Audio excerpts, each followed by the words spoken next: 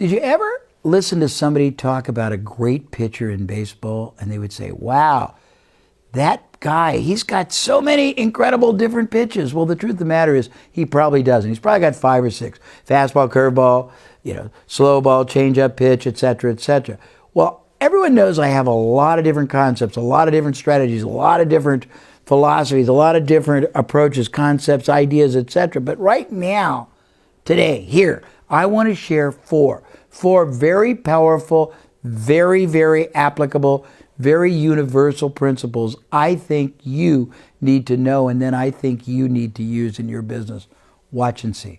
The first thing is just delivering higher than expected levels of service that are recognized and appreciated by them. Second, communicating frequently with your client to nurture them. Anybody here have a good friend, a very best friend? Raise your hand.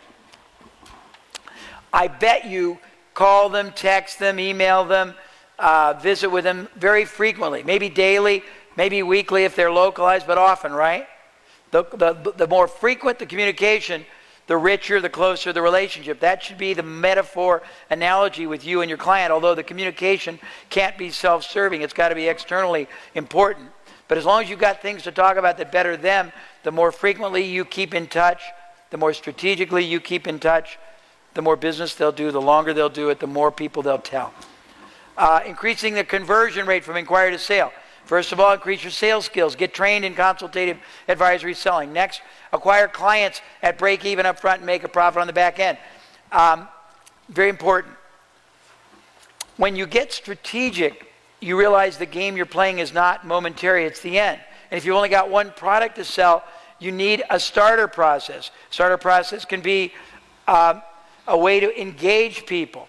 When I was I had a very successful first experience in the mail order business. We had a product called Icy Hot, and Icy Hot was this goes back long ago, 30 years. Icy Hot was an analgesic balm like Bengay or mentholatum, and we sold it by mail for $3.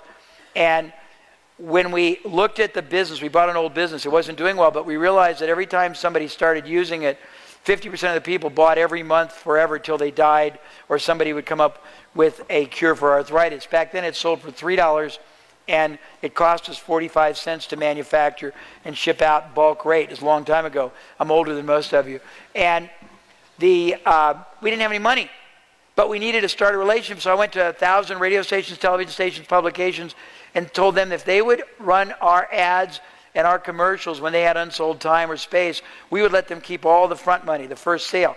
That would start the relationship. We will sometimes sell a modest, for me modest is a couple $100 product. Well, that starts a relationship. From there you move them to $1,000 or you move them to $5,000. But sometimes by adding an easier starting point, you get a lot more people in the pipeline. Sometimes by adding a more expensive secondary product service, you make all the effort you've made much more valuable. But you need to look this out and put it all in place. Guaranteeing purchase, it's like risk reversal we talked about. Host beneficiary, this is where you get other people to be your endorser, to access their list, their members, their subscribers, their affinity. I made $1 million one time when I used to do seminars teaching people how to be marketing consultants, and I would go to Entrepreneur Magazine, I would find all the people running full page ads, training people and other things.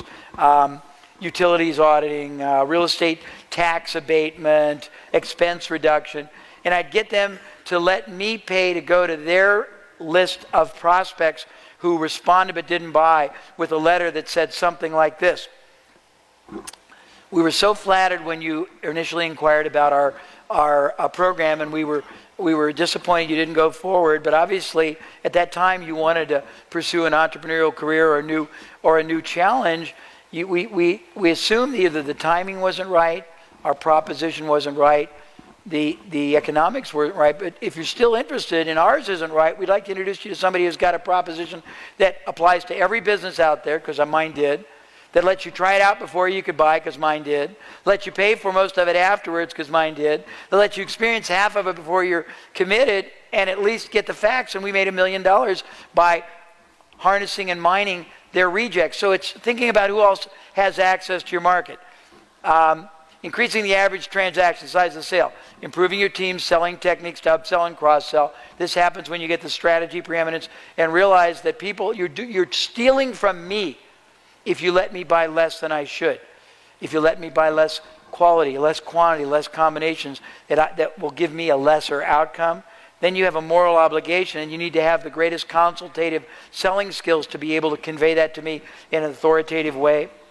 Packaging complementary products and services together to make it easy to buy, but thus also you get rewarded for your contribution. It's not the other way around. You don't make contribution after you're rewarded, you make the contribution first. Increasing your pricing and hence your margins. Changing the profile of your products to more up. Offering greater large units purchase. The Costco mile.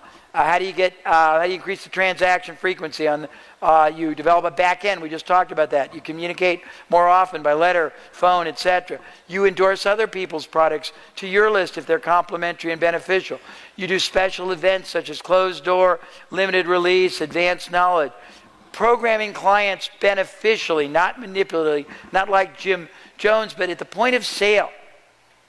I mean, anyone ever flown on an airplane and seen the old ads for Karis negotiating, and they say, you don't get what you deserve, you get what you negotiate?